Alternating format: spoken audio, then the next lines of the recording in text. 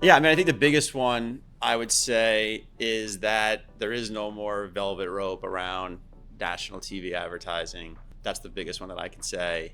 Being able to test and learn on the medium has never been easier. And so from that standpoint, brands need to realize that, you can use the channel just like you would use a more traditional performance channel for your marketing mix. On top of that, from a tactical perspective, the ability to leverage first party data, the ability to utilize pixels to understand what's going on in real time, and really, the notion that national linear TV doesn't have to be a set it and forget it medium. On top of that, with obviously all the change of consumer behavior and how they're, some are cutting the cord, some are keeping the cord, but adding their ad-supported streaming to their viewership profile.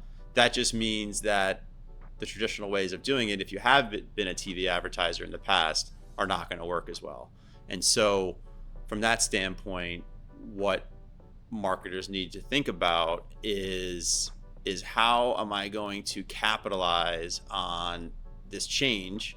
How am I going to capitalize on fragmentation? How am I going to capitalize on, I used to be able to plan on my GRPs and my media mix model said, I hit my awareness goals.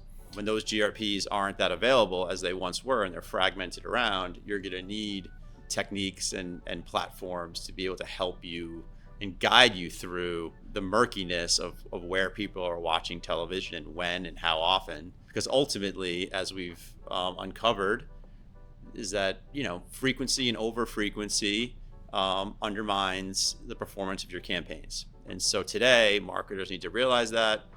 They have to be sharper with their intelligence. They have to be sharper with their tactical planning.